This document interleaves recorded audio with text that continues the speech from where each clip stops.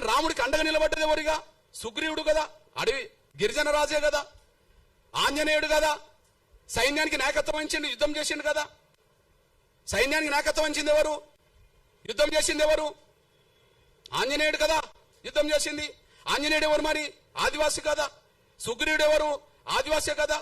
రాముణ్ణి గెలిపియడానికి యుద్ధంలో ప్రధాన పాత్ర పోషించింది ఎవరు? వానర సైన్యం కదా. ఆ వానర సైన్యాన్ని గైడ్ చేసింది ఎవరు? జాంబవంతుడు కదా. ఆ వానర సైన్యాన్ని గైడ్ చేసింది ఎవరు? జాంబవంతుడు కదా. ఇది ఎక్కడి నుండి తీసుకున్నాం? ఇదంతా వాల్మీకి రామాయణమే కదా. ఇది ఎక్కడి నుండి తీసుకున్నాం? వాల్మీకి రామాయణం నుండి తీసుకున్నాం కదా.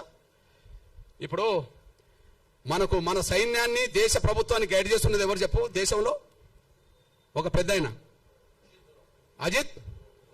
అజిత్ దోవల్, అంతేనా? సైన్యాన్ని, ప్రభుత్వాన్ని గైడ్ చేసేది ఎవరు? అనుభవస్తుడు అజిత్ దోవల్. అజిత్ దోవల్ లాంటి పాత్ర రావణుడి యుద్ధ కాలంలో జాంబవంతుడు చేసిండని చరిత్ర ఉన్నది కదా. రావణ యుద్ధంలో ఆంజనేయుడికి తన శక్తి తెలియదని తెలుసు కదా. తన శక్తిని గుర్తు చేసింది ఎవరు? జాంబవంతుడు కదా.